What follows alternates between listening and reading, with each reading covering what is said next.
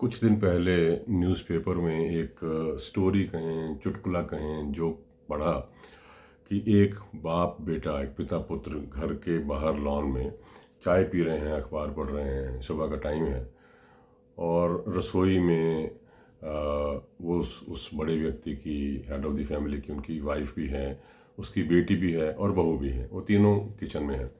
अचानक किचन में से ज़ोर से धड़ाम की आवाज़ आती है, कुछ गिरने की, बर्तन या कुछ और।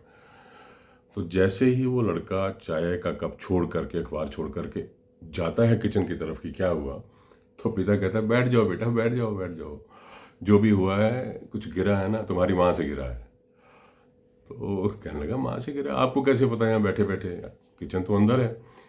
कहते, बेटा अगर कहीं तुम्हारी पत्नी से गिरा होता, तो वो जो कि घर की बहू है, तो तुमको पता है कि आवाज़ें फिर यहाँ तक आती, क्या कर दिया, कैसे कर दिया।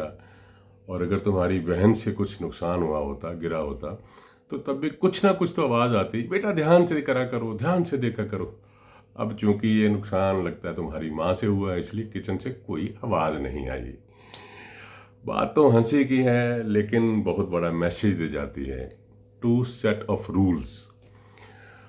हमारे समाज में एक बहुत बड़े वर्ग में बहुत अच्छी एक ब्रॉड माइंडेडनेस आ गई है, दिमागों में एक विशालता, व्यापकता आ गई है कि जहाँ ये सोचते हैं कि अगर दो घरों में, परिवारों में आपस में संबंध बने हैं, शादी हुई है, तो हमारे घर में बहू नहीं, बहू के रूप में बेटी आई है, और वो बेटियाँ भी यही सोचती है कि मेरी मदर इन लॉ नहीं है, ये मेरी सगी माँ ही है।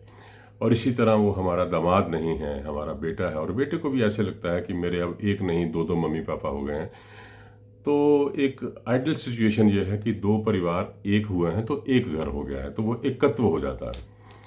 लेकिन अभी भी बहुत बड़ी समस्या बहुत बड़े बड़े परिवारों में है।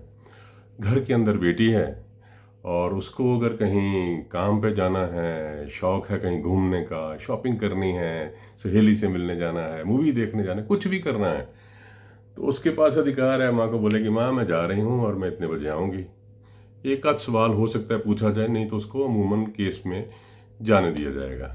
और बहू, अगर उसने कहीं जाना है, खासतौर पर अगर मायके जाना हो, तो सिचुएशन क्या होती है, वो पहले तो बात करने से पहले सोचेगी, मेरे पति का मूड ठीक है, बात कर सकती हूँ या नहीं कर सकती हूँ, फिर सास का मूड कैसा है, फिर मेरी इस बात का असर क्या होगा, रिपरकशन क्या होगा, कहीं ऐसा तो नहीं है कि वो कर जाएं। फिर उसके बाद जो डरते डरते संकुचित होकर के जब वो बात कहेगी, आगे से अगर बात आ गई, अभी रुक जाओ, अभी क्या करना है, तुम्हारे सामने है सिचुएशन, फिर वो अगली बार कहने की हिम्मत नहीं हो पाती है। तो ये जो नज़रिया अलग अलग है, और हम ये सोच करके चलते हैं कि लॉजिक देते हैं अपने परिवार के बड़े, अरे शुरू से चला आ रहा है, लोगों ने ऐसी प्रथा बनाई है, तुम्हें ऐसे ही करना चाहिए, ऐसे ही होना चाहिए। बेटी आराम से जाएगी और बहू दो दो फुट लंबा घूंघट काट करके चलेगी। भाई, परंपराएं इंसान की ज़िंदगी को आसान करने के लिए बनी थी, मुश्किल करने के लिए नहीं बनी थी। जिस घर के अंदर एक बहू को या परिवार के किसी भी मेंबर को परिवार के बड़े से, हाँ, अनुमति लेनी चाहिए, बात करनी चाहिए, ये सारी की सारी चीज़ें बहुत अच्छी हैं कि एक दूसरे के साथ एडजस्टमेंट या सलाह मशवरा करके करनी चाहिए।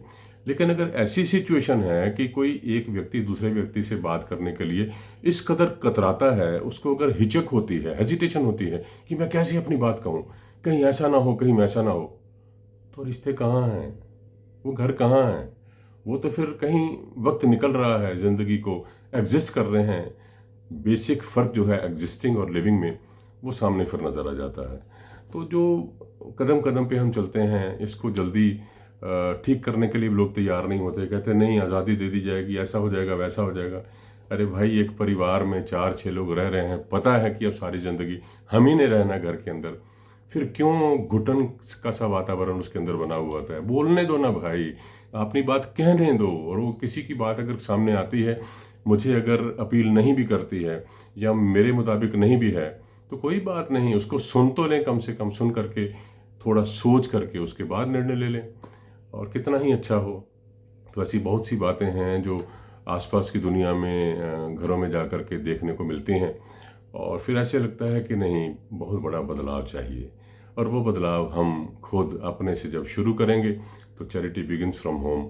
तो जब खुद से शुरू करेंगे, तो सचमुच में इसके बहुत बड़े लाभ हैं। मैं सच बताता हूँ अपनी ज़िंदगी के तजुर्बे से कि जब इंसान वक्त के अनुसार अपने आप को बदलता है, ढाल लेता है, अपडेट करता है, अपग्रेड करता है, तो वो छोटा नहीं होता। वो जैसे कहते हैं ना, रिस्पेक्ट कमांड्स नॉट डिमांड्स। तो उसका सम्मान, उसकी इज्जत परिवार के लोगों के मन में भी बढ़ जाती है, और परिवार के लोग भी जब वैसा व्यवहार करते हैं तो एक दूसरे के लिए वो प्यार भी बना रहता है और सम्मान भी बना रहता है।